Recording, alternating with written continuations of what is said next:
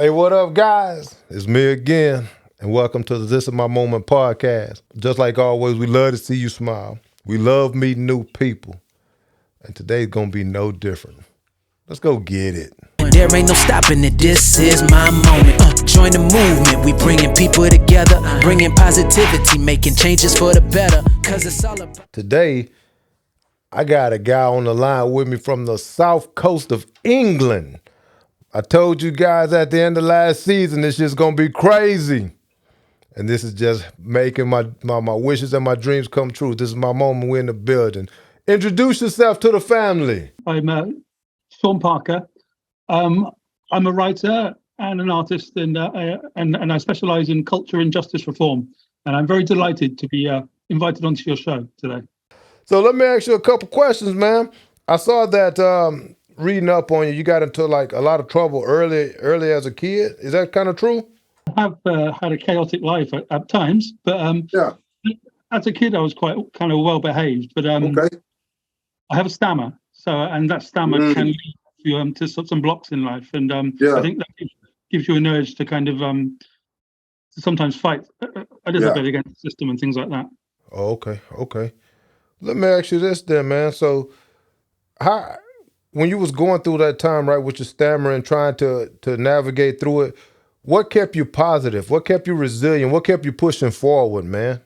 I personally think that kind of people have an internal thing, which is sort of like a golden mean, like an average that they return to. So if you go through really difficult times, you kind of come back to that central stream. You know, so it can be really good and come back to normal, really bad and come back to normal. And I've got quite a positive natural setting, I think. I think anyway, and a lot of creativity. I'm based on creativity. So if I'm being creative, I'm happy, basically.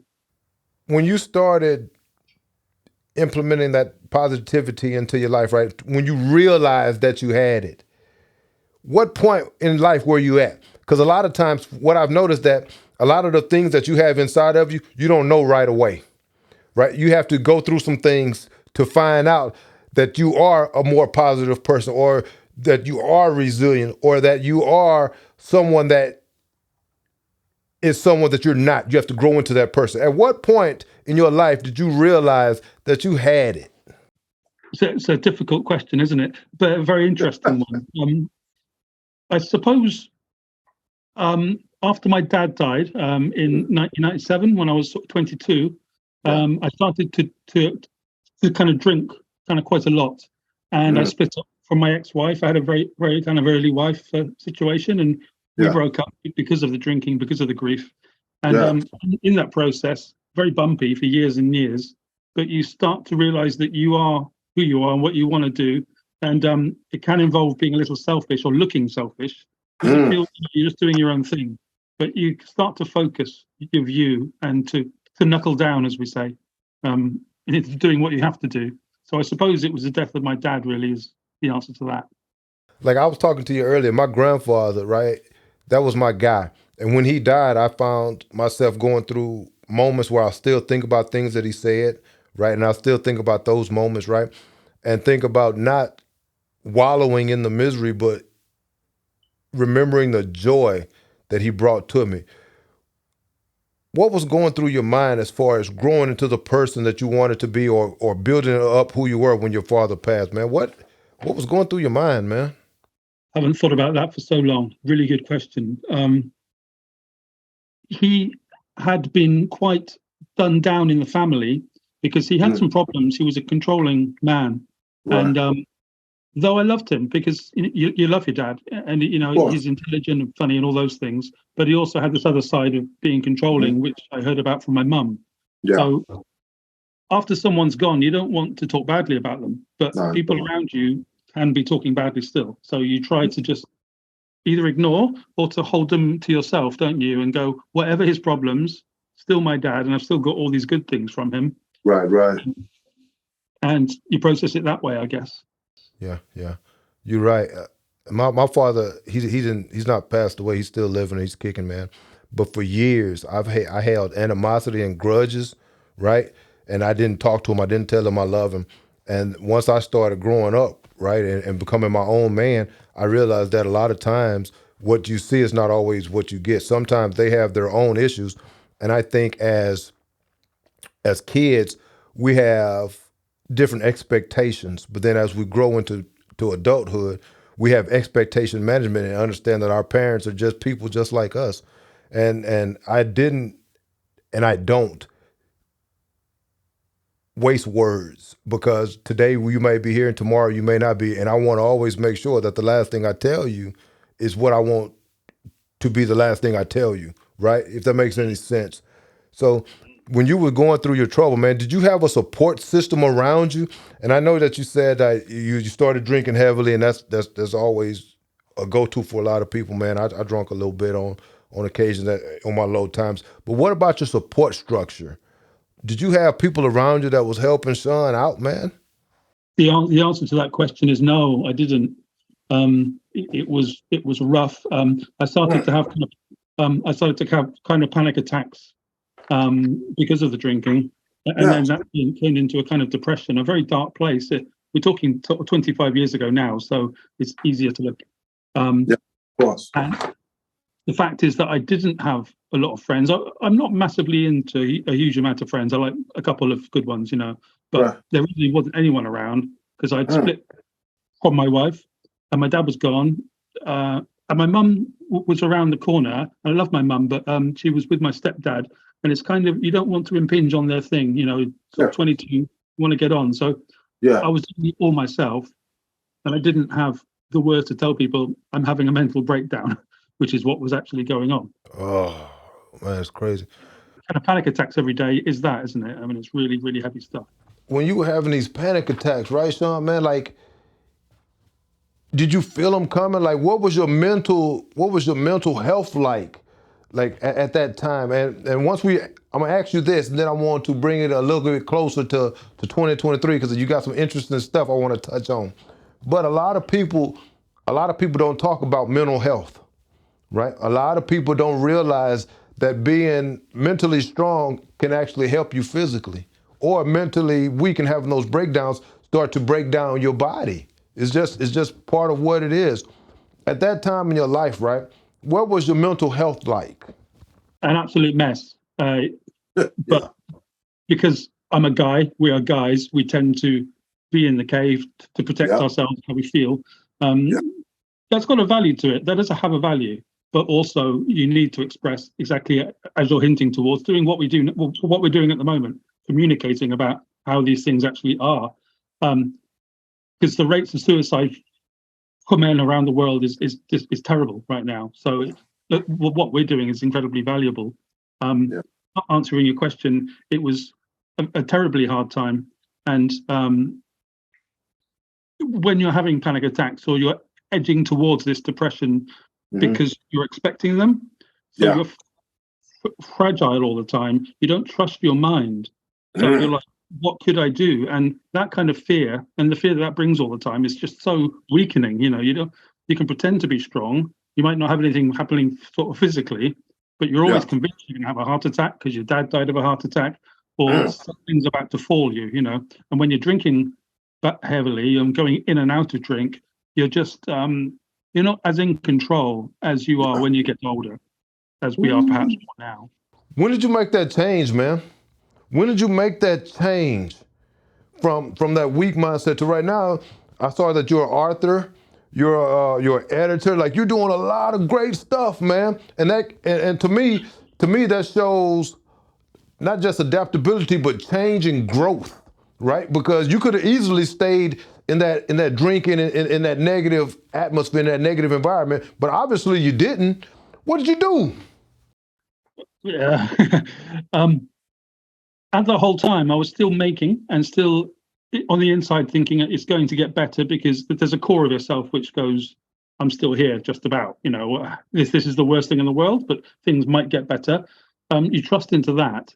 And just to bring ourselves up into this kind of decade and the last, I went to prison a couple of years ago, which I'm sure we'll get into. And that is such a straightening experience into, all these things you have are suddenly reduced into almost nothing, into yourself. So I wasn't kind of drinking anyway, particularly before it. But Yeah. it's all gone because I'm not the kind of prisoner who's going to be all doing illegal stuff and all that. So I was, well behaved and all. So you just store ideas, write them down, store it all up, and go. Once I'm out, I'm going to do this plan, which is a bunch of creativity. In my case, not everyone's got such a good plan. Yeah, yeah, true that. And you said earlier that you're a creative guy, man. So when you were locked down, man, and you were in there, what did you come up with? What was your creativity? Where was your mind going? And what was the ideas that you were coming up with? I'm very into the English language. I'm a writer, and my stammer makes me even more into the English language, I think. Every night, when you're in an English prison, I don't know how it is over there, but you do have a TV, but that's pretty much all you've got. And over the months, you get yourself a radio and all these very basic 20th century things. So you're reducing that to like 1980s existence, and like a pad. So I do sketches, and then kind of each evening I will find myself doing a poem, because poetry it can be seen as pretentious, but it can also be incredibly expressive, and that's how it was for me. And I got myself over the 4.5 years I was inside, I got myself like 400 poems, really good standard, and then I cut them down when I got out to be edited, which I'm going to release later this year. So that's all come good at last. That's what's up, man. So I was reading that you are editor of something called, let me see, False Allegations, Watch for the Empowering of the Innocent. Is that true? It's actually called False Allegations Watch, which is a division of Empowering the Innocent. Talk to me about that. Talk to me a little bit about that, man. What is that? False Allegations Watch is for people like me who were falsely accused or wrongfully convicted, as we claim. And I write about those cases, what those people have gone through. Can be in America, can be in England, in the Anglosphere, And we kind of analyze the cases. The person that's the managing editor, I'm just the editor of that. The managing editor is Dr. Michael Norton, who is the UK's chief miscarriages of justice expert. Okay. So he's kind of based at the University of Bristol here, which is kind of like a Boston University, or just to give you an equivalence, and he's brilliant on this subject. He's a pal of mine, and he gives me his ideas of what to write about, and I give him a report about a person in America, Mr. Craig Williams, I think is a guy there who's been inside for years, and he's desperate to get his appeal, and we did an article on him. I think he's in Alabama, just for the American side. And Mr. Marilyn Manson, I just did one about him. He keeps having the cases chucked out, so I report about these legal things because of what's happened to the justice industry over the last 10 or 15 years. It's incredible in both of our countries. Yeah, goodness. That's heavy stuff, man. Yeah, it really is. That's my job, exactly. And I've been through it, and I like English, so you put them together, and you've got a lot of information. I try and keep it cheerful as best I can.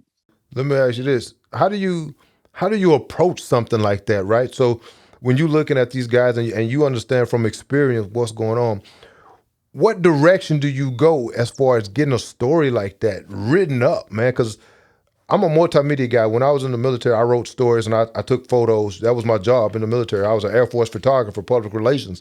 So I understand the story. I understand doing the research. I understand the visualization of reading and writing these stories, right? What aspect do you take? Are you non-judgmental? Are you giving it to them facts? Or are you making like, what are you doing, man? Because that's deep. Yeah, I kind of attempt to keep it kind of as factual as possible. You get together everything that I know and has been written. So you have to have kind of chunks of paragraphs of what happened.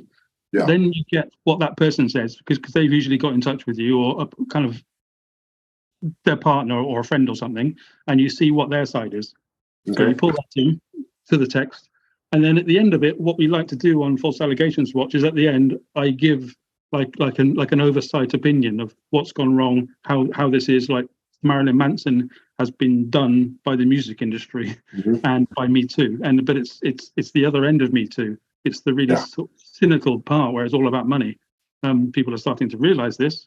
Loads of people are realizing it, and despite what anyone feels about Manson, he's an object. It's still you don't get to do this. And Mr. Michael Jackson R. Kelly, I know very controversial stuff, but very interesting and very worth writing about, and getting to the heart of what the court cases have done to them. It's heavy, but I try to keep it kind of entertaining as well in the English language. That's deep, man. Because a lot of those are people that we know. A lot of people, especially my generation, we know Michael Jackson, we know R. Kelly, we know Marilyn Manson. Like, we know a lot of these guys that you're bringing up, and when you're writing about them, and us being able to put a face with a name and then seeing it written on paper, man, that's real deep, man. I'm just very, very interested in what's happened, and it's come out of America, kind of over the Atlantic and to Australia and things. You know, the things that you guys have bred in the legal system has been kind of transplanted, exported. So we're all having to deal with it. Some of us have gone through it, and I'm just like you. I love the music of Michael Jackson, and loads of stuff basically in the soul R&B genre is very much in my bloodstream too. Do you know what I mean?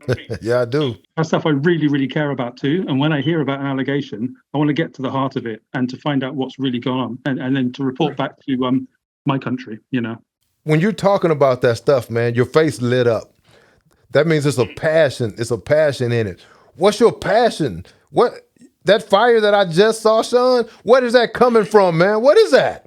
I adore music. I'm a musician. I've got kind of 10 albums out, and I'm all about music, and I'm all about art as a bigger thing. I mean, if it comes to absolute heroes, Prince is I imagine my absolute hero. You know, Okay. So that'll give you some context as to where I'm coming from. Talk to me. Yeah, but I also like people like David Bowie and all kinds of other characters. You know, it's not about race. But race is a very interesting thing, because why do I like such a lot of black music, for example? And it's, you know, loads of people in my country like that too. So you try and the wonderful thing about tech and internet is that we can have these conversations outside of certain other spheres, you know. But it's kind of artistry that's my passion. But I've been through this monstrous justice sort of process, which is people are very interested in. So I've been sucked into that, and I put them together, and that's what keeps me going.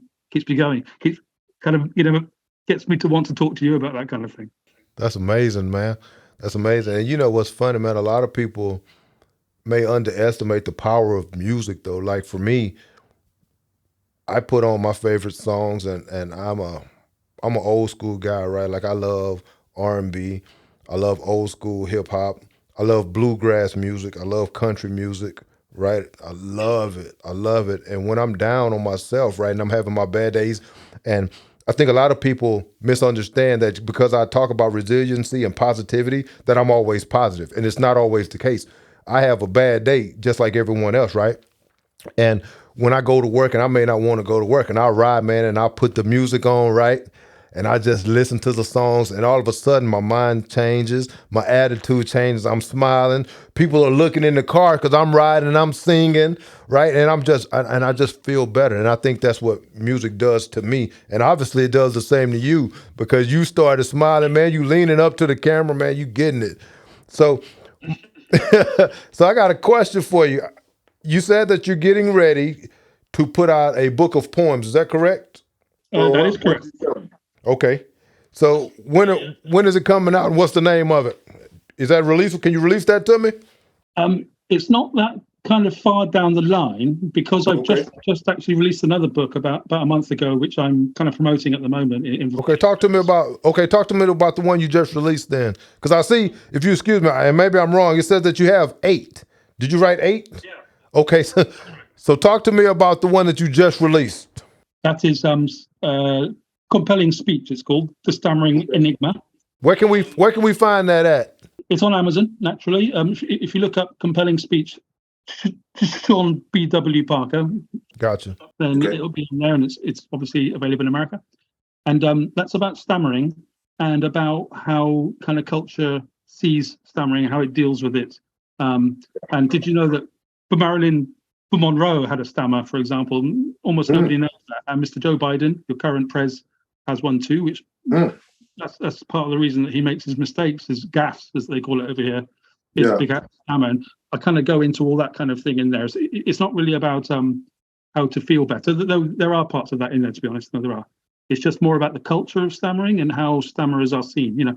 I have a stammer, but in our chat today, it's really just not a very big thing because it's so open and nice. Yeah. But when things are more stressful and more differently done, when it's a stressful situation going on, it will come out. I mean, like in court, I didn't speak because of it, and thus things went wrong. Yeah. But it has lots of different elements in my life, stammering. Okay. And you know what's funny, man, is a lot of times when you get in those situations, you know what to say, right? And you know what you want to say. And I could believe that having that stammer would make it very difficult to make the point that you want to make, and people take it the way that you mean for it to be put out. And I don't know if that's 100% correct, but I can understand and I can picture that people looking at you a little different because you're not able to verbalize in the way that you want and in the manner that you want it to be received. Did you find that kind of the case too? That's exactly it. I knew that even if I could get the words out in a court situation, you're not really free speaking, are you? You're just answering questions. Yeah. And you're answering questions based on their plans. So it's designed to capture a person. I speak honestly in answer to things. And if I have to strategize my answers, I'm going to stammer, and thus I'm going to look guilty anyway. And if I say to the jury, because I stammer, it's just please don't make me speak. It's that kind of a reaction, which is what I did. That's crazy. That's crazy. But that's life, and you dealt with it, man, and you came out shining. You looking good. And I'm gonna take a look at the book, man. What is it? Compelling speech, right? Is that the name of the Compelling book? Speech, the stammering enigma. So yeah, we got you on the link on that, man. We're gonna check it out. So at the end of every show, I started doing these things where you have to pick between two objects, two questions, two things, right?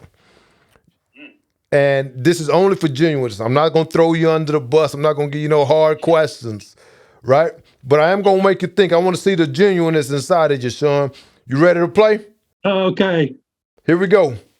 You have one song to choose. Everything else goes in the garbage. What's your song? Don't Believe the Hype by Public Enemy. Yeah. Yeah. Oh, man. The funkiest song I've ever heard in my life still, after 30 years. Yes, sir. Yes, sir. Yes, early hip hop, man. Yeah. Okay. I give you the phrase, "This is my moment." First thing comes to your mind. This is my moment. I think Jean-Paul Sartre's book, Nausea, when he's standing on a bridge and he's deciding not to kill himself because he's too afraid to do it. It's an amazing book as well, Sartre, Nausea. And he puts suicide in a very, very amusing way in that. And it just makes you want to puke when you're reading it. So when you're talking about being in the moment, that's the existentialism side of it, which isn't always good, but it's another side of what you're talking about. Okay.